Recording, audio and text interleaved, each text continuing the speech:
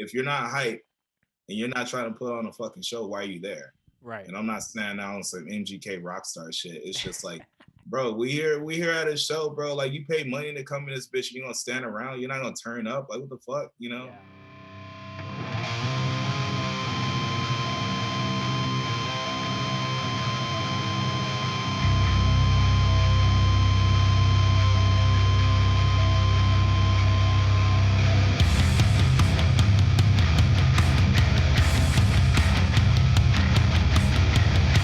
Yeah.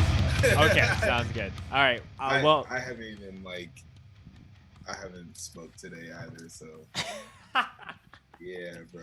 Yeah. All right. Well, I think we can officially kick it off. Thanks everyone for tuning in. This is another episode of the Scoped Exposure podcast. Today we're welcomed by the Madboy himself. We got my homie Jay from UNITYTX joining me on the podcast today. Thanks for jamming with me. Yes, sir. And for the folks at home who might be tuning in that might not know who you are, can you just give a proper introduction of what you do in the band, where you're based, those kind of things? Yeah. So I'm Jay. I've been basically the person who started Unity TX like from like 2013 till now. I've been writing the music. I've been, shooting the early music videos before we got signed. I've been basically doing everything, just carrying the weight for all these years because I believe that like I can make something out of this. And I went through various member changes. So, I've always just been kind of head honcho, as far as everything has gone since the beginning. Yeah, cool. Yeah, I think most bands need a kind of a leader or the brains of a band to kind of like see the vision and, lay out the groundwork. Yeah, I'm excited to be chatting about that. You guys put out a record on Pure Noise very late last year in 2019. Yeah, we'll be chatting about that. But before we get super into it, got to do the bev check. I put you a little on the spot, but Just a little bit. yeah. But tell me what you got, what you're sipping on over on your end. All right. So, I got my Gatorade and then I got H2O, shout out Waterboy. Yeah. And then, for a little fun, just to take the edge off a little bit, I just got raspberry White Claw. Okay. Nice. Yeah, just a little vibe, a little bit. I wish I had Liquid Death. That seems like a pretty cool company to fuck with. But I don't really know the plug that everyone else has to that thing. So I'm like, I'm gonna stay back. Right. No, it was funny because when we were talking about stuff prior to this episode, Jay was like, I don't want to do anything super sponsored. I was like, it's literally whatever you rock on the regular. And that's a great segue into mine. This is my favorite sparkling water. It's called Aha. It's the peach honey flavor, if you can see that. That looks really good. Yeah, it just like I haven't like every company's got their lime and grapefruit and things like that, but I've yet to see anyone else do something peach and honey, so or just honey if anything. So Yeah. I'm gonna be doing that. It's very weird because this company is kind of newer here in Canada, and they were at my local grocery store and then they came away. So anytime I see it, if I'm like, I was at the post office because my band's doing a big merch order and I saw that, I was like, okay, I got to grab that stuff. So I'll be checking that, trying to make sure it doesn't fizz over onto my laptop. So Jay, I don't know if you got a chance to check out any of the, previous podcasts before we got rocking here today, but normally I just ask all my guests the same question, how they got into heavy music. So take me back in time. Tell me the, formative albums, moments for you, on how that kind of put into your past. So yeah, let's go through the gambit of that.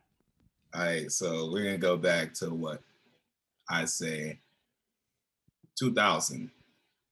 I was like, young tyke. I was at my grandma's house and she was the only person in our family who had cable television. So I got to watch MTV. So I got introduced to, Linkin Park crawling, also before then, I had a friend who I went to school with who actually let me borrow his Linkin Park and System of a Down CD or whatever, but like I never got to keep it. So I spent that whole summer trying to find a way to illegally download like Linkin Park and System of a Down's records because it was like, this was like 2000, 2001. So it's like Like that was so hard. You had to really go on Napster or something like that and try to look for it, and I couldn't get it. Yeah. So I would just watch MTV. I would come across so many other bands because back then that was when new metal was at the all-time high. Mhm. You know, I got introduced to POD. I got introduced to Linkin Park. I didn't see very much Limp Bizkit on there, but I got introduced to like System of a Down, Puddle of Mud. They're not new metal, but that's one of the bands that like put me on real hard. Sure. Okay. And some 41, but they weren't like heavy. But I just like got into that stuff in like 2000, and then like I try to keep on to it. I couldn't get any access to it. Like couldn't go to the store to buy CDs. Then 2003, I think that's when Meteora came out and everything. And I had a friend who I went to school with who let me borrow it. Oh man, that was life changing, man. Life changing. Straight up. Yeah. And I didn't really get into like actual heavy like core music until like 2006. Like I wouldn't even consider like Under Oath like core music, but that was me. I was coming from a house that was like, like we had faith. My mother believes in Jesus and God and everything. So I had to follow that. So I was like, I want to listen to some cool music. My friends was like, check this out. This is Under Oath. And I was like, this band kicks ass. And then I just kept going and kept going. And then eventually, like a couple years later, a couple years later, I moved to a different part of the Metroplex I live in. It's a huge place. Some kids introduced me to Bring Me the Horizon, and I hated it, dude. I hated it. I was like, yo, straight up, I don't like this. This music sounds like devil music. Yeah. And like, I was just like so headstrong about it. And like, it was crazy. And then like they introduced me to like other stuff that had like pig squeals, and we would pig squeal in class, and I was into that. So it took me a while to like warm up to Bring Me the Horizon. And then once I fully listened to like Count Your Blessings in full, I was huge. Like that song Tell Slater Not to Wash His Dick, that like melodic little dun dun dun, all that shit at the end. I was like, dude, that's so sick. And that's when I started to like actually play guitar too. So I just kind of like evolved into like heavy music while learning what it was, learning how to scream, learning how to play guitar, and just being a musician. So that was like 2007. Got you. So okay. Yeah, there's a lot of stuff to break down there. Like, undoubtedly Linkin Park is probably one of those huge bands that had a huge impact on a lot of, people our age around that time. But I know, also just you're bringing up MTV, and I'm remembering one of the past podcasts I did, like this, I think this was like I think the recording was the last in-person one I did before COVID hit. And we were just talking about how, shout out to Evan, Evan and his brother were watching MTV, Parents Aren't Home, and Slipknot's Duality comes on, and they were like, okay, I don't like, this is scary, but I can't look away. It was just so eye-catching and so like insane. So like, even if it was like I didn't like it at the beginning, it was like I need to dive deeper into this and figure out like what this even is, because it's hard to put it into words when you go to your first show and have that experience, or hear a pig squeal from Bring Me the Horizon. So no. Yeah, dude, the music, just growing into it, coming from like being such a young kid and everything, is so crazy, dude. I was everywhere because it was like I couldn't just stick to like heavy music or anything like that, bro. I love the Avenged Sevenfold. Yeah. Like I love that band. And like City of Evil, I think that was the name of the record. Yeah. That album was kick ass. Yeah. And when I heard Bring Me the Horizon did the cover of Second Heartbeat by Avenged Sevenfold or whatever, I was like, dude, like literally this band is insane. They made that song sound 10 times better. And that's really what put me on to Bring Me the Horizon. Interesting. Okay. Yeah. Yeah, it's pretty crazy. Like, I think a lot of people look at certain bands and don't think how influential they actually are. Like, I know like there's a lot of hardcore people that are listening to this podcast that don't fuck with Avenged Sevenfold, but there are like certain songs and certain moments for a multitude of different bands in that era where it was so new. So like heavier music or just crazy guitar solos, or even just like crazy drumming from Yeah. rest in peace, Jimmy. So there's like all those different things that go into place there. So Yeah. yeah. I mean, honestly, like I think the music itself is like an amazing thing because like with me, like you would look at me and expect, oh, well, he's just like a black kid, he just probably knows a lot about hip hop. I'm like, bro, honestly, I know way less about hip hop and know way more about rock and everything else because like it was kind of like it was that exciting for me. Mm-hmm. It was like, Yeah. there was so many different categories of like music that wasn't like hip hop based that I could be into. Hip hop and rap is in my blood, you know, soul, funk, R&B, all that stuff. Like, yeah, that's in my blood. But like the thing is, like, I needed something else. I needed to figure out what I wanted out of like, my teen years being a skate punk, like, trying to play music with my friends and stuff. And I dove into it. Like Coheed and Cambria was one of my favorite bands for years. Mm-hmm. And like, I dove into other stuff like Tegan and Sarah and like, I found from First to Last and like Finch and fucking Head Automatica, Hello Goodbye. Like, dude, I found fucking everything, the gold mine, Right. and it was just like heavy music wasn't the only thing, but like it was like the most like I felt it the most. I got to mosh. Yeah. I finally got to go to a show in like 2009, 2010. And I was like, by the time I was like 18. So, I was a grown ass kid in there. I didn't know how to mosh or anything. I was looking stupid, but I was having Yeah. fun. No, and you brought it up earlier, just the fact that like maybe you're going to school and you could bring a an album home, but you couldn't, maybe having a certain record in your house where like, oh, like, if I'm have this like Christian upbringing that like so and so is gonna say something if I have a record that has like, especially like a Bring Me the Horizon record or something like that. I had a similar Yeah. experience growing up where Christian household.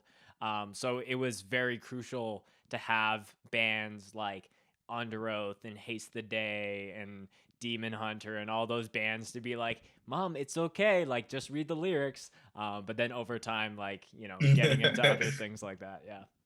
Dude, yeah. Imagine trying to introduce your parents to impending doom, like the old impending doom. Right, right, yeah, yeah. I'm trying to remember the very first. There was a specific. I think it was. I think it was. This band is very dated, but I think it was Inhale Exhale. They were Oh on yeah. Tooth and Nail, I Dude, think. that band, yeah. That band was Yeah. I OG. had that CD, and that was the very first time I was like, Mom, like, read the lyrics. And she was like, oh, okay, they're talking about this and this. And, arguably there's like as much stuff that's been written about like, being, self-reflection and political issues in our society that are in modern day hardcore and metalcore and things like that as well. But yeah, I think it's just like at the time, a lot of parents and families just needed they're on a Christian label or they talk about God on stage or whatever. So I think Yeah. a lot of that is out the window now. Dude, yeah, it's insane how many bands that I used to like look up to who was like, very strong minded and willed about their faith. They were just kind of like, like there are other things that we're kind of focused on right now. And I think that, with our music career, our faith isn't gonna save it. And it's crazy to see because I'm not like, oh fuck that band for not claiming Christ anymore or anything Right. like that. I'm like, hey man, if you want to figure out where you want to be in life and figure out where you want to be as a musician, artist, and everything, like by all means go for it. You can talk to the big guy about it after you're done, Right. but for the most part, I don't think it's in people's like, best interest to like tell someone that they're like not right for dropping their faith, especially in their music and stuff. People grow. Yeah, yeah, and I think yeah, there's been so many times where I've seen bands where it's like either they've taken a step back or they publicly said something, and it's all their fans like, oh, pray for this band. It's like, dude, like people grow up and people change and people, have seasons of different things. There's not a like, arguably, like I think a lot of times when people get out of like this Christian like music bubble and then they're actually like, oh, I'm actually in a better place versus like trying to perform and be this like person that a lot of kids are looking up to. So that's a rabbit hole we won't go down because I know there's a lot of people Yeah. are like, I'm not, I'm gonna turn off that podcast if we're only gonna be talking about Jesus music. No, I mean it's cool, but that's like literally the part of me evolving too. It's just like eventually I realized that like a lot of that music wasn't really sustainable for me anymore. But like you said, next subject. um, well, let's talk about Unity. I feel like the sonic nature of the band is in a really refreshing spot right now, as far as being able to tap into hardcore, beat down, even some metalcore stuff, but like always having kind of like a hip hop rap kind of like other side of the brain, if that makes sense. Yeah. So has that always been the game plan since the get-go, or has that just been the involvement of having the band grow over time? Tell me about those things.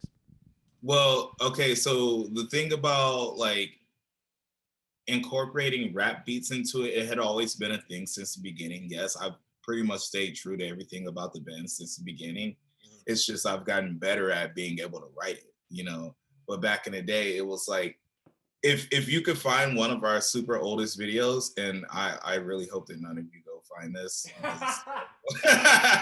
But the first video we ever had of our live set is like, we're playing one of our like breakdowns, whatever, and I spit bars. And then like when you end it, it's like the bass line and everything is supposed to be like a beat and stuff. And I have been trying to incorporate that. But like when I started Unity was whenever I started like actually producing and recording and learning how to do the damn thing and stuff. So like that's why I like stayed so hard on it, because it was like once I get better at recording, I'm able to record more songs for my band and make like, harder tracks and stuff. And, I kept doing that throughout the years. And then eventually I switched programs that I was using. I used to work on Cubase for all the early stuff. And then I switched to Logic.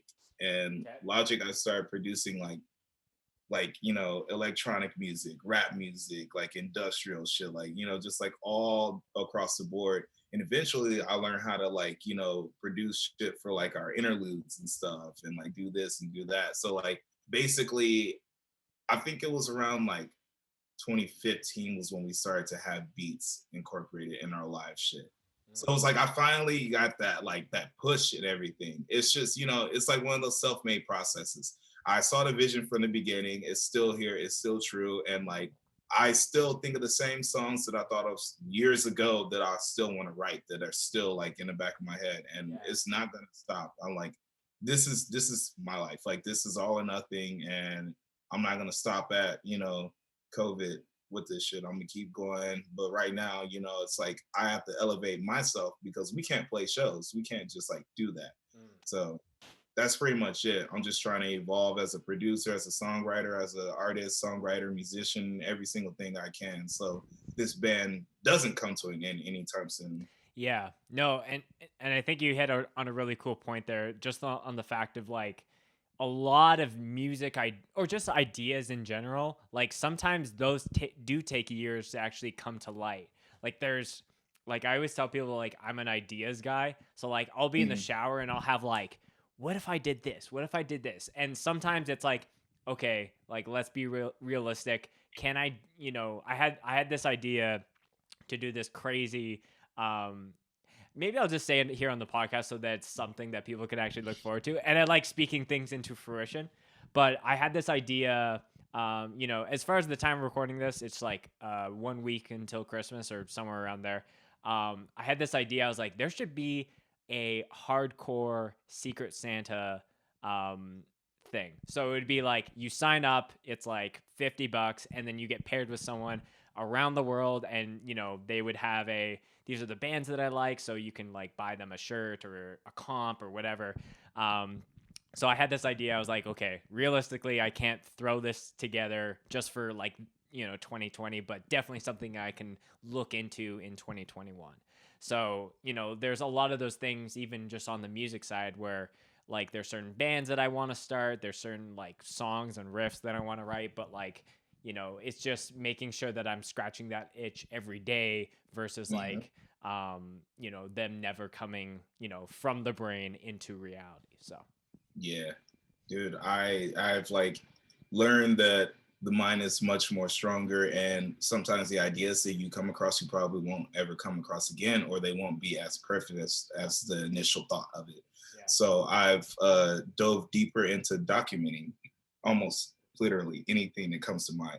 If it's a song, I'll record it real quick. I'll just, jot it down. If it's a song idea, or if it's like a certain song with a scale or whatever, I'll hum it out, whatever, and then I'll start talking at this part, boom, boom, boom, at this part, Yeah. switch it up, Yeah. like Yeah. shit like that, and it's like I have all these documents. I've never gone back to listen to any of them, but there's gonna be one day where I'm gonna be like, okay, I need some new ideas. Going through all these voice memos, going through all these different tracks and stuff, because it's like, dude, every single thought matters. You never know what could work. And I tell people all the time, people are like, I'm dumb, I'm so fucking dumb. I'm like, no, dude, you're not dumb. You just haven't come up or thought of your $1 million idea yet. Like, Right. it sounds crazy, but everyone has $1 million idea. You just don't know if it's your $1 million idea yet. Yeah. So, test it. Yeah, I think I heard from someone that I look up to. It's like it's just getting up to bat and giving it a shot. When you just if you are only getting up to bat like 10 times in your life to try something, and maybe only one of those times it actually comes, it comes to fruition, or comes to some level of success, that feels like, oh, I like you feel like a failure. But if you're getting up to bat 100 times and you get 37 of those, Mhm. just the numbers alone show you that it's like you like there's more L's, but there's a better percentage Yeah. of wins. So yeah, I'm a firm believer of just like getting stuff out, and then if you're going back and listening to those voice memos, like, well, that definitely not going to do that because I actually tried it and then it wasn't the move. So I think it's Yeah. just getting stuff out of your head, putting it on paper, putting it in your phone, and then just seeing if it's the thing. So yeah. Yeah. Documentation, like also like manifestation on everything is like insane, man. Like there has been songs like, dude, like I shit you not, Cross Me was one of those songs that I had in the back of my head sleeping. I heard it in my dream for years. Oh, And okay. yeah, it was like it was sitting there, like literally, like the part like we used to rock, now I rock alone, word them up and on truth. Yeah, that part had been playing in the back of my head for so long, and I knew it had a heavy drop and everything, and I was like, I just can't think of it. I can't think of it. And then finally, like I like came up with like the idea for a lot of shit in Madboy. I got really mad about a lot of shit that happened to me in like 2018, and that was like around the time where I was writing Madboy. I was actually sleeping in one of my friend's garage, so like it was like a really rough time for me, hella in the trenches for that one. So like I was grinding out, stugging it out, and I came across that shit. I wrote it, wrote the instrumentals and like the lyrics. Bro, I wrote six different versions across me lyrically, pretty much. Mm. Like that song, like that beat is the most angriest thing that I could like think of at that time. And it was just so dirty. And I was like, I need this to hit. I need it to hit. I Yeah. need it to hit. Yeah. And it worked. Yeah, well, it definitely worked because that song specifically is the very first track that I heard of you guys, and like as soon as like the kick it and the drop comes in, I was like, oh, okay, there's some sauce here, and that song specifically goes on a bunch of different waves. And we're talking about the hardcore and hip hop crossover. That is probably one of out of all the different Madboy songs where it hits on both levels versus just being kind of one or the other. So Yeah. yeah. Dude, I think that like Madboy is just like it. Everyone, I've heard people say like, dude, Madboy is definitely one of my favorite, albums of like this decade, even though it came out at the very end. And like that shit means something to me because it's like I think that I never really expected anyone to say something like that when I spent the whole beginning of the decade, looking up to so many people and not being in a band, or like, I mean, I played guitar and I played bass like every now and then for IM for like a few years when I was in that Oh, band. okay. I didn't know that. Yeah. Yeah. Yeah, I was in IM. Me and Andrew, we went to high school and like we had always like skated together and stuff. And eventually everyone got into like wanting to play music, and like, you know, like they had their band and I had my band. And like I was like super supportive. I would always go to shows and stuff. I would always throw down on mosh, you know, do Yeah. everything.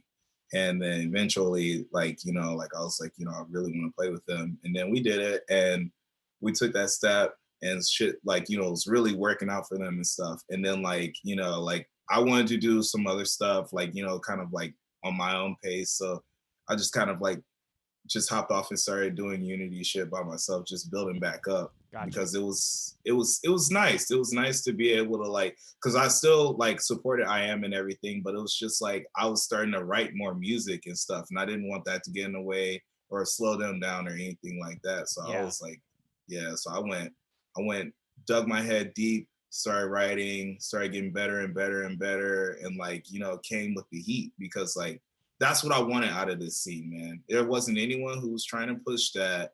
You know, everyone was just trying to be like, you know, like nose up in the air and stuff. And I'm like, no, fuck all that shit. Like, you know, you gotta come hard. You gotta come like with that heat, and let people know that you're not really fucking around.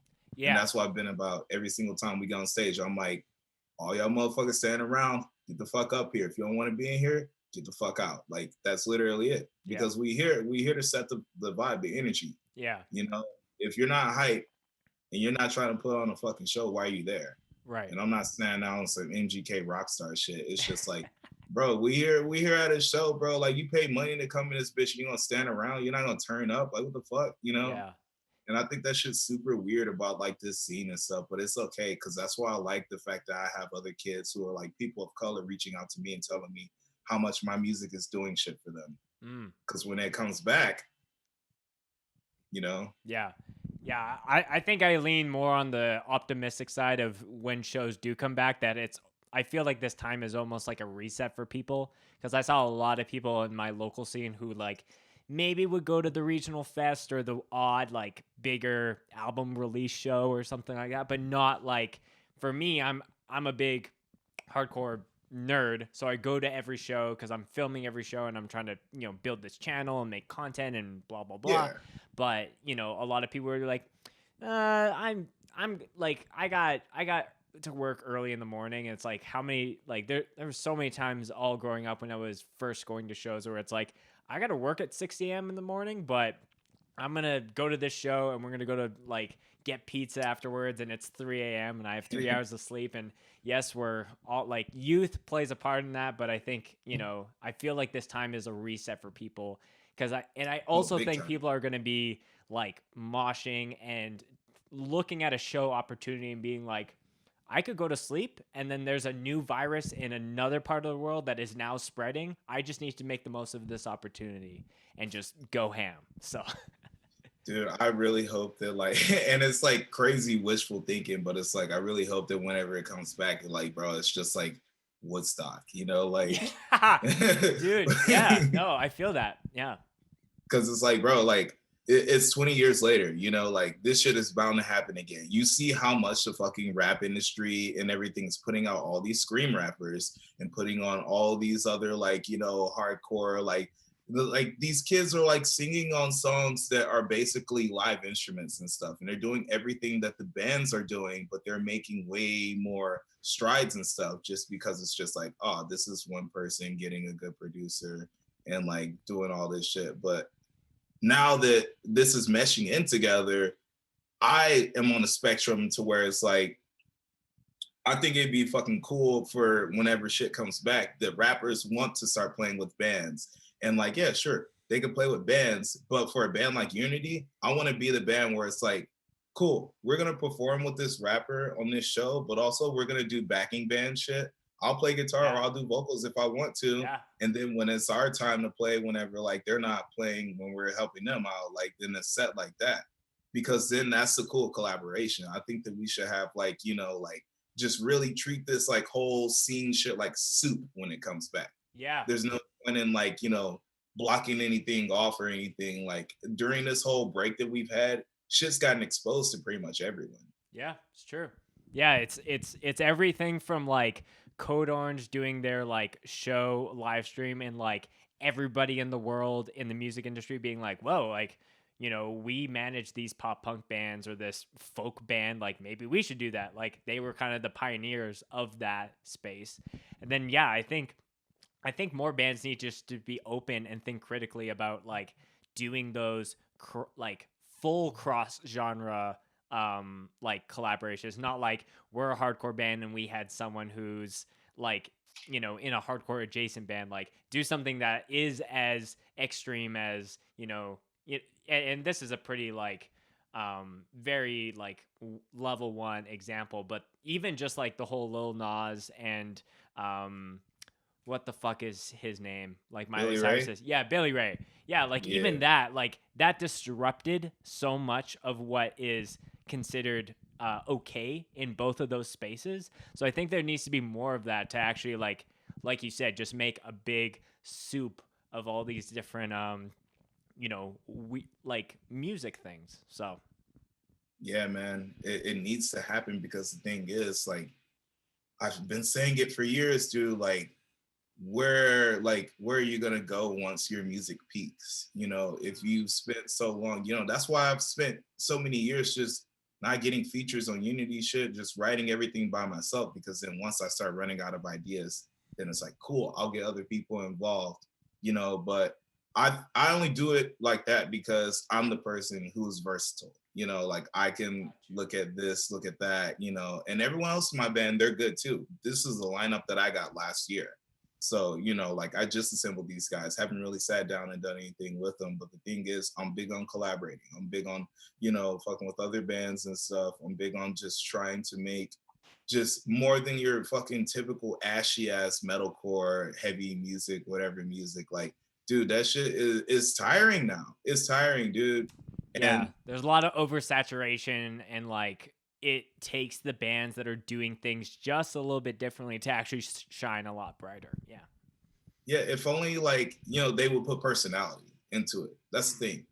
That's what's bothered me because I feel like very shunned out a lot of the time with like me just being on social media because I'm like, oh, I'm just personality. I just fucking wild. And sorry, I don't have very much Unity shit to post or give y'all right now because we're in a fucking pandemic. But like, it's just one of those things where it's like I feel very irrelevant now because like I'm not talking about my band and everyone who supports me and sees that I'm doing shit supports my band and found me through my band. I'm like, I have other people who fuck with my solo shit. They see me putting out like just little snippets and stuff, and they're like, "This is sick. I really want to listen to this," and that's cool, man. Like, that's what I would like to see from like the other people that like are in the scene that like are in bands. Like, if you're inactive, if your band is inactive, bro, like get on that shit and work on something else. Like Yeah. push harder, challenge yourself as a musician. Yeah. Yeah, and that's a big point, like you said, like be realistic. We're in a pandemic. Like I think I would be dumbfounded to hear of a band in hardcore or whatever that hasn't worked on something music related during this time, because no one's been able to tour, so everyone goes to the latter option of, okay, let's write new music. We don't need to necessarily put it out, but let's work on something, write new riffs, do demos, what have you. But I do think that I'm having flashbacks to when I had Benny from Tsunami on the podcast, and he's like, he's like, so many people are hitting me up to play drums in this new band. He's like, dude, we're in a pandemic. Like I'm, I like making music, but like if I'm gonna play on something and then we're not able to do it for a year to a year, like whatever it is, Yeah. like I'm doing other things right now. So I think it's like people should, I think every band should be working and thinking about doing something and planning for when we get that green light and everyone's like lined up in the Mario Karts and they're just like revving their engines like ready to Yeah.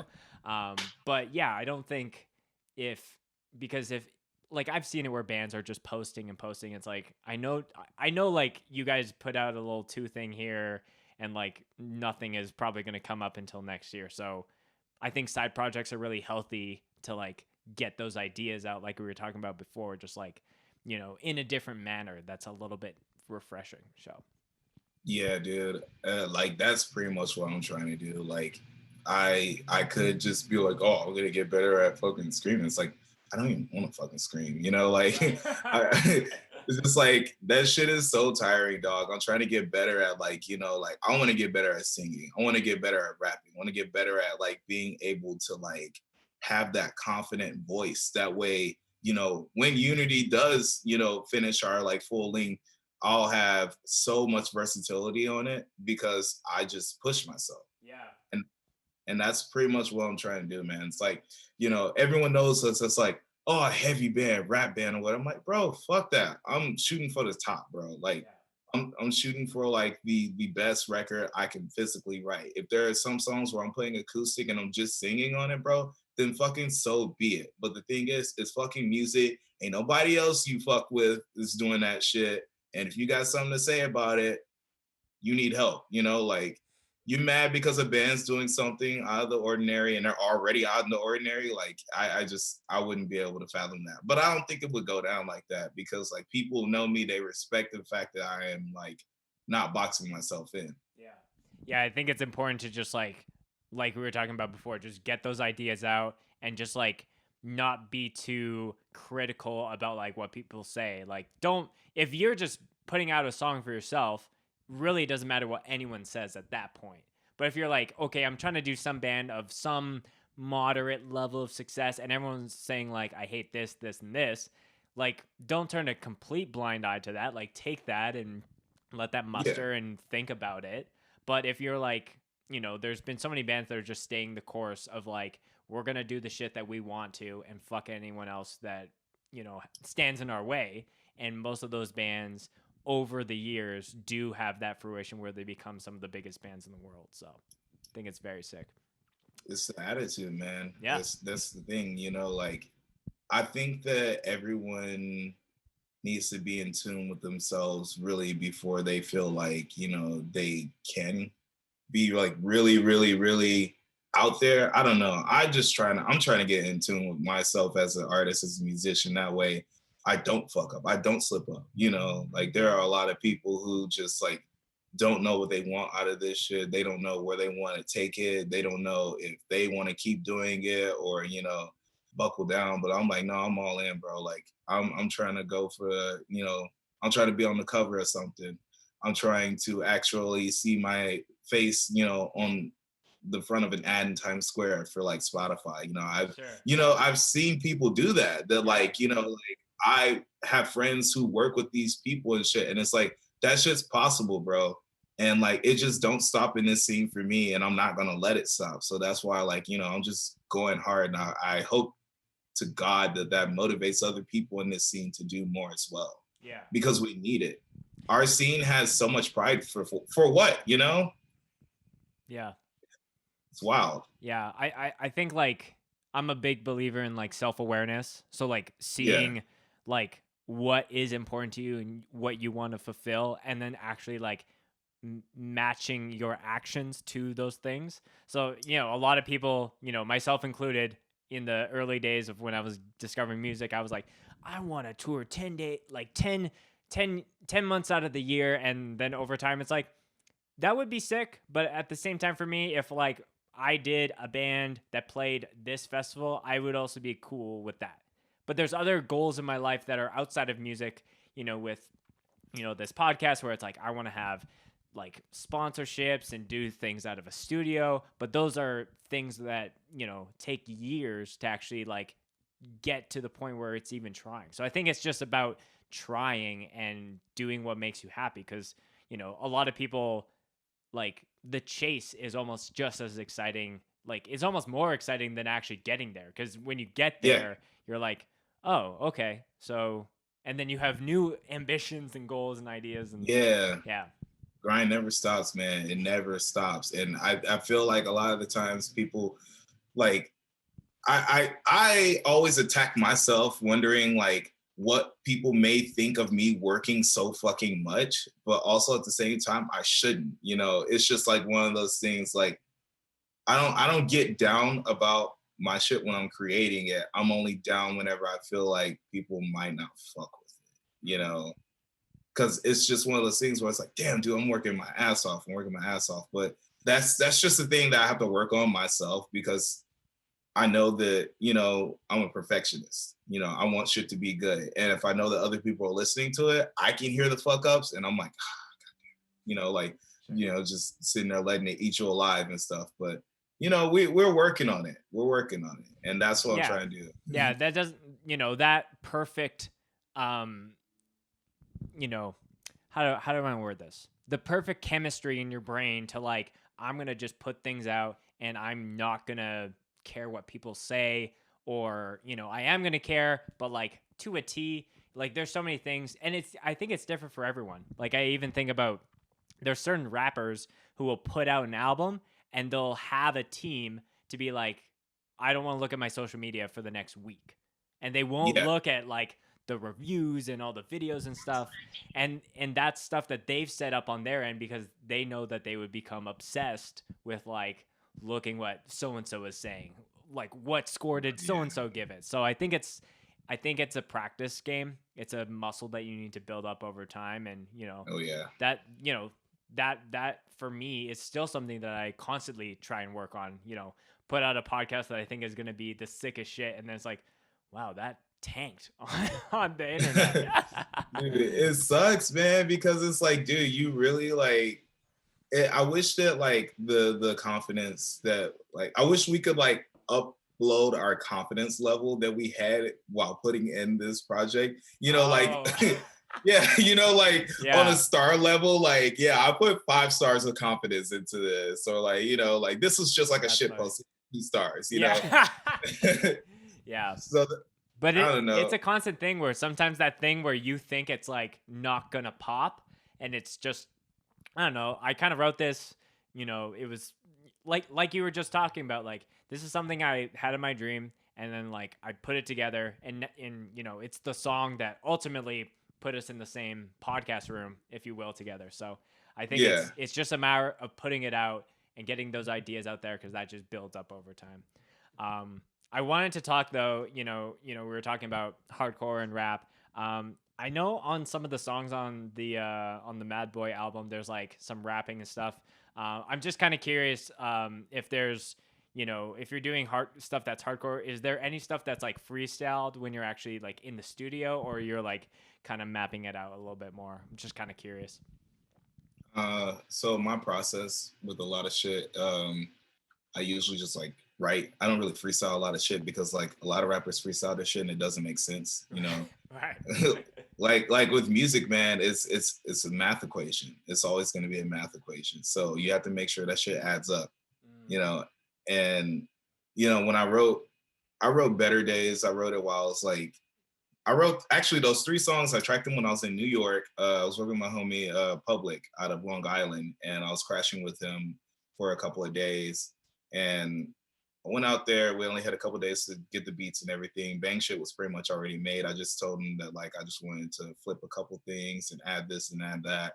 60 seconds was like a quick like 30-minute sesh, and then Better Days was probably like the most like difficult to build, I feel. I don't know. But it was like the first. But I did that one overnight. I was just feeling that one.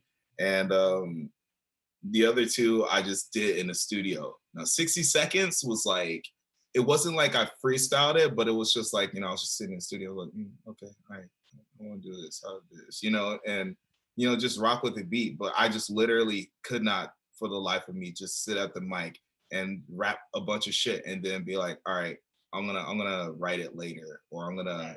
copy off that bar. Cause dude, it seems weird. Yeah. It just seems weird. Like, especially when I do takes, bro, like they usually want me to do like if I record by myself, I record a lot of my shit in one take. I don't like punch in or anything Right. like that. And it's probably not good for me, but I'm trying to get better at one takes because that's what I need live. So, I try to do that shit. And that's pretty much like the only thing, because that's why I need the like the equation of the lyrics and everything. Because then if I know what I'm about to say, I'm reading it, da da da da da da da da da da da, spit it, spit it, spit it, spit it. And, and then people are like, okay, that sounds good. He's in the pocket. And that's Yeah. what people don't understand. Like, you have to be in the pocket. So if you're good at freestyling and you're still in the pocket, good for you. But me, I can't do that shit. Yeah. Yeah. No, yeah, I think when you're a vocalist and you're in the studio, you can get in a groove where you're like, okay, like get me to the next line, if you can do everything in one take. I think that's kind of the ultimate goal for a lot of people, because then it's not like you have to go back and be like, oh, I like said this word a little weird. Like if you can, when you're doing it live, you're doing the line and then you're on to the next thing immediately. So if you can do that in the studio and it sounds just as good, like obviously take your time and focus on like, okay, this breakdown or whatever really needs to just Yeah. slam dunk on it. But yeah, I think it's really cool to hear some of the, because I think a lot of bands too have that like vocalist who's screaming and it's kind of just the same, notation. But for you, there's a lot of, you know, when you're screaming, when you're speaking, when you're singing, like everything kind of, it's one big soup, as you said. Yeah, man, you gotta like, and I know it's gonna fucking bite me in the ass one day. It's completely fine, but like, I just like the versatility. I like being able to listen to my own music and being like, I didn't hold back like a bitch. I Yeah. really put my all into it. And if it all fails, then like whatever. When I have a kid in like 15 years, I'll be like, this is my music. You'd Right. be like, wow, you went hard, and be like, yeah, well, nobody else thought I did. Yeah. Like it's just one of those things. But you gotta put your heart into this, man, because if you don't put your heart into it, I feel like other people ain't really gonna fuck with you like that. And I know there are people who put their heart into it, but like, it doesn't really get reciprocated the way that like, they need it to be, received, I guess. And that's what sucks. That's why I feel like I got lucky with a lot of the fucking shit that I did, because it's like my heart's out there, bro. I fucking put that shit on the stage. Like I'll fucking go crazy on stage just because like that's really the music. I'll get off stage and I'll probably feel like shit, but it's just because like, I'll put my all out there. I don't really believe that I can get on stage and like not be into the music. That's so boring. That's so weird. And I don't understand like how anyone could do that if you know your shit's hype. But Yeah. each Yeah. their own. I think like writing music that you're proud of, and then when you're actually performing that music, like I know everyone listening to this podcast knows the last show that they went to before this whole shit went down. So everyone's thinking about like, oh, I didn't really actually like practice, like my band didn't practice enough for that show and it was kind of whack. And like there's all these different things, or like I actually didn't go to the last local show. So I think it's like when we do have shows back, like coming to those and coming to them as like all of yourself and giving all of yourself to that, because like all of these moments are so fleeting, right? So it's like you need to have like, for me, I'm going to be all in. I'm going to be filming as much as I can. I'm going to be like, passing off my camera so I can go enjoy, that one killer breakdown from that band. So I think it needs to be a lot more like just giving all, like being all chips all in when it comes to Just more music. genuine and more like you just accept your surroundings instead of trying to like basically push them away, because I Right. feel like that's what this scene does. They're not really trying to accept a lot of things. They push a lot of stuff away before they even get a chance to see if they like it or not. Yeah. Just Yeah. yeah. Yeah, I think that is huge. You're starting to see like, a wave of that where it's like, hey, beat down hardcore punk bands, uh, like all these different types of bands can all play under the same roof. And in certain parts of the world, they're all for like they'll go as like, 100% for all of those bands. And in some places in the world, it's like maybe it's a little bit behind, but I do hope that it's like, whether the band is tuned to this or they have like 6 to 8 members in the band, like be open to it. And especially if you're supporting your scene, like mosh for those bands. Yeah, Yeah. absolutely. um I think I also wanted to ask you, because there's not a lot of bands in, call it, the underground, hardcore space that are doing that like hardcore hip hop. So is there any bands that are in a similar vein that have influenced you, or you just want to shout out for anyone who's like into the Unity stuff and you just want to plug some other homies?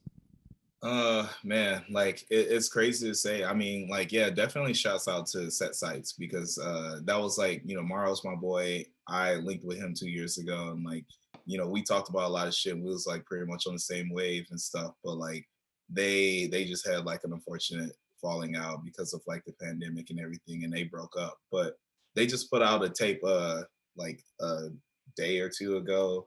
I think they're just kind of putting out farewell tape for everybody. I did the album art for it, but Oh, like, okay. yeah, those are my boys. They're out in Cali and they was doing some good shit. There's also this other band from Dallas. They were like all my homies. I grew up with them for years and stuff and playing shows with them. They're called Begotten. They were doing like the industrial stuff and like they were doing like a lot more like hip hop influenced stuff on their record and everything. But as far as like, people I looked up to when it came to like doing stuff like this, I can't really say that I really like didn't look up to anyone but like Linkin Park. I guess you can say like My Ticket Home, like bro, like yeah, Strangers Only was like a thing, but My Ticket Home was even like my favorite band from like their first like release, Yeah, right. like when they were like straight like being recorded by Caleb Shomo. Yeah, yeah, they kind of had that era where it was like I don't know. I love Strangers Only. I thought that record was very very innovative, like with some of Hmm. the stuff that they were doing.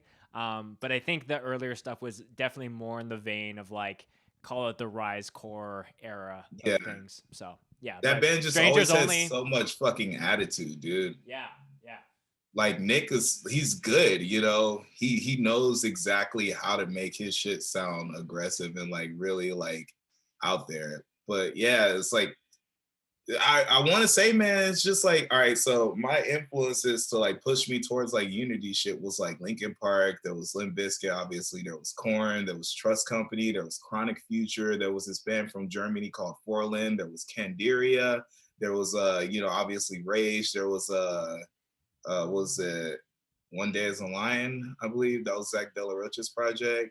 Um, who the fuck else? Like, MOP, like Wu Tang, yeah, like you keep going, you got like RJD2, he would do stuff like he was a producer, but he would collab with like rappers who did boom bap shit. And like yeah, that's yeah, yeah, and like Tupac, West Coast, Death Row, Dr. Dre, you got motherfucking people like and even like Bay Area shit, bro. Like I want like more like Bay Area type like influence like heavy music.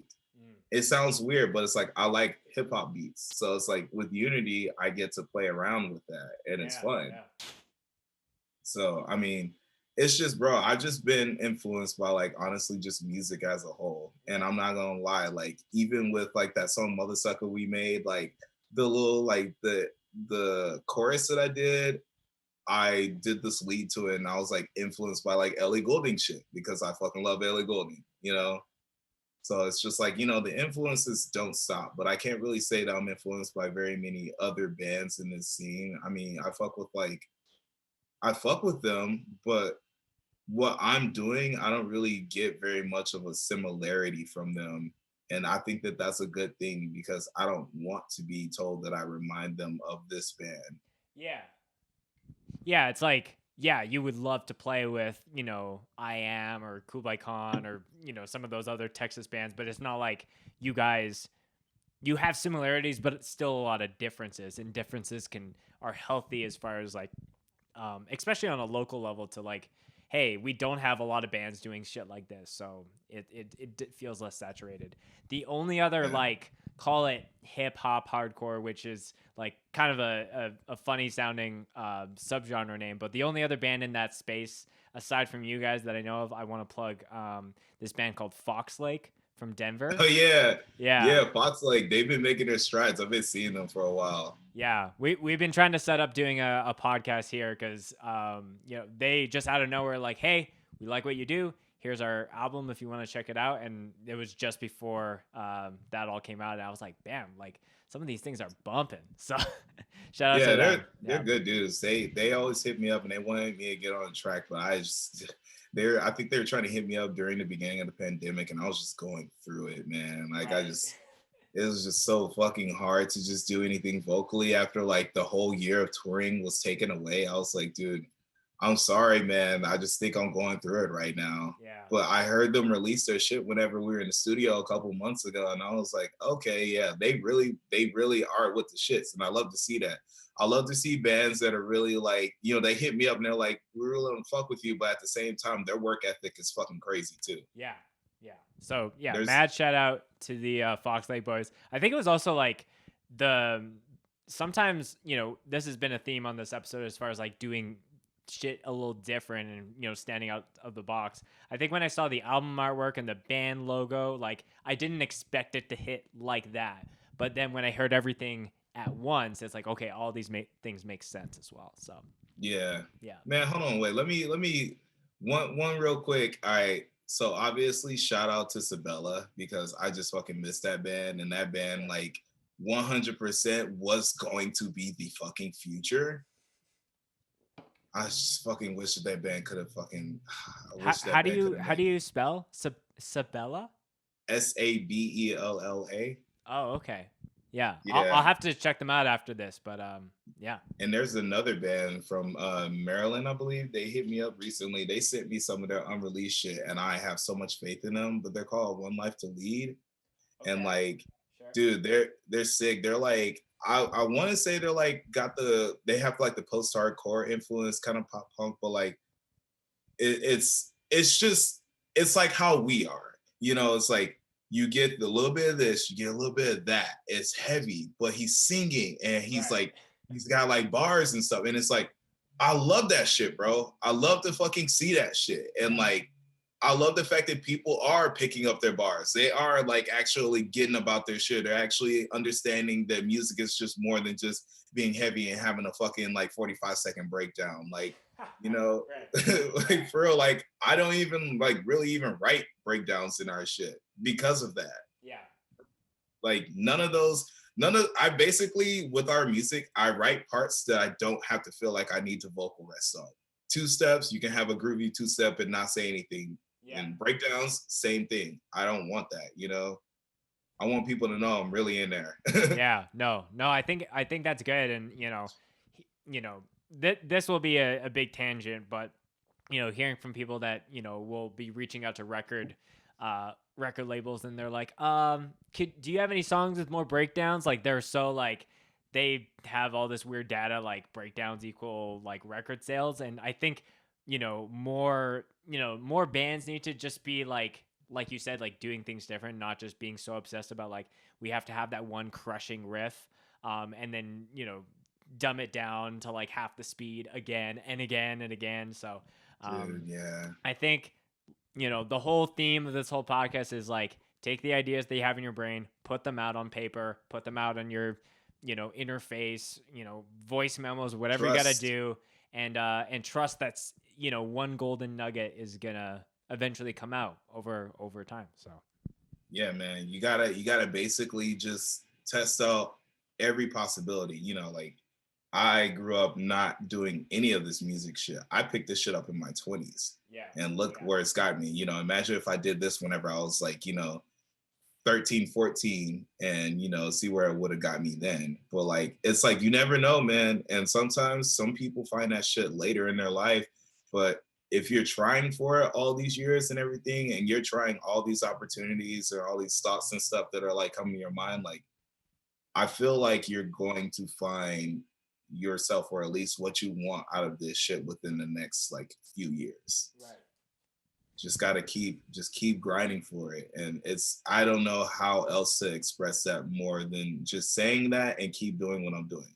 Yeah. Like I'm living proof that you can come from nothing to something. And just gotta keep being determined and I guess committed to it.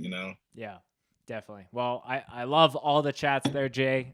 We could probably start to wrap up the podcast here because we're kind of hitting that hour mark. The last question that I ask all my guests is a favorite mosh story that they would like to share. So it doesn't need to be necessarily you doing something or something happening to you or happening at a Unity show. Whatever's the first thing to your mind is kind of how we start to wrap up here. Bro, all right. So, okay.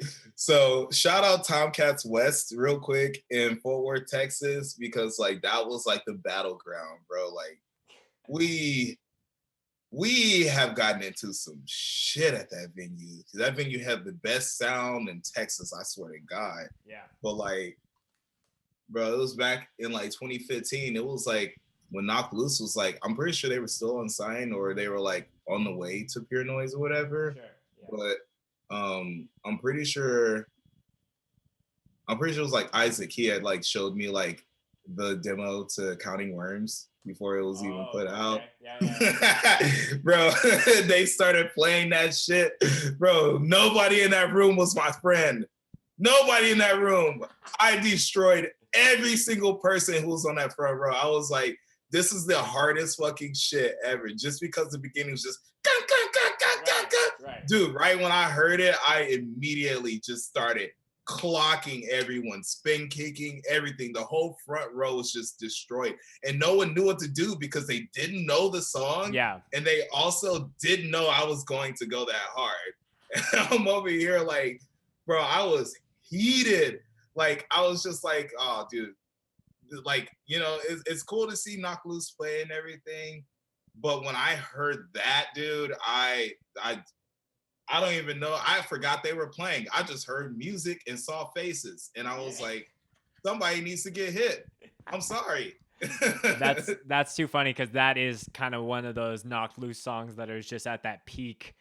I had Paxson on the podcast and we just talked about how, that song just running wild with the memes after it came out. But yeah, just the fact that like everyone will go crazy for that song now, but back then it was like, what is this an interlude or what is happening? And you're like, no, it's the Mosh song, bro.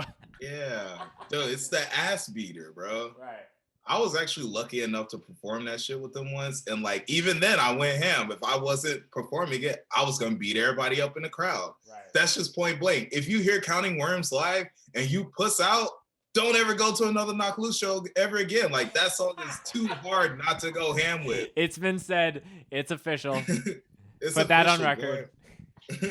Well, Jay, this has been a blast. I've been, really enjoying the conversations just about making music, whether it's hardcore, hip hop, whatever in between. And, big fan of the band and hopefully I get to see you guys perform one day, whether it's me coming down to Texas or you coming up through Canada. Is there? We're going to be in Canada. Okay, sick. Is there anything that you want to plug, shout out, send people after this podcast is officially wrapped up? The floor is yours for whatever you got. I mean, basically, I'm gonna say, I'm gonna do the plug real quick, but keep listening to Madboy. I recorded 4 new songs a couple months ago. I don't know when they're gonna be dropping, but they are indeed gas. So if you guys are a fan of gas and fire and explosions, then you might want to check out this new shit. I personally, I'm going to be working on my shit here. Like, I've been working on my solo stuff, but I'm going to try to go to LA in February and really just shoot my big shot and try to link with people, work with people. I'm trying to boost myself, boost Unity. I'm trying to put the name on the map, so that's pretty much what we got coming. I got a lot of music dropping. I'm not stopping anytime soon. If y'all want to be here, y'all want to be here. If y'all don't want to be here, that's completely fine. I've been like that all these years, but I think it's about time that I finally see my life change for the better and really just hope that for the future of Unity and everything that we become colossal and reach the status of the people that we looked up to. That's all I want. So let's keep working on it. Let's keep getting better. Let's keep bumping Madboy. We're literally like 200 something thousand streams away from 1 million. That's a big fucking thing for me, considering that I fucking wrote that shit in a garage at one of the fucking darkest times of my life. And to see this shit, come up and even get that number alone, bro, that fucking makes me feel something that like I can't even express. I just feel, so. Well, you know, for all the listeners, I'll do the call to arms to go to Spotify, go to Apple Music, stream that stuff for Jay. The passion around music that you have is, you know, not only infectious but really inspiring. It's oozing out over this podcast. So again, I really appreciate your time. I really appreciate Thanks, the man. chats, and yeah, thanks for coming on. This was a blast. Thanks for having me, dude. I really haven't done this shit in a minute, so it's real nice to be able to chop it up with you. Absolutely.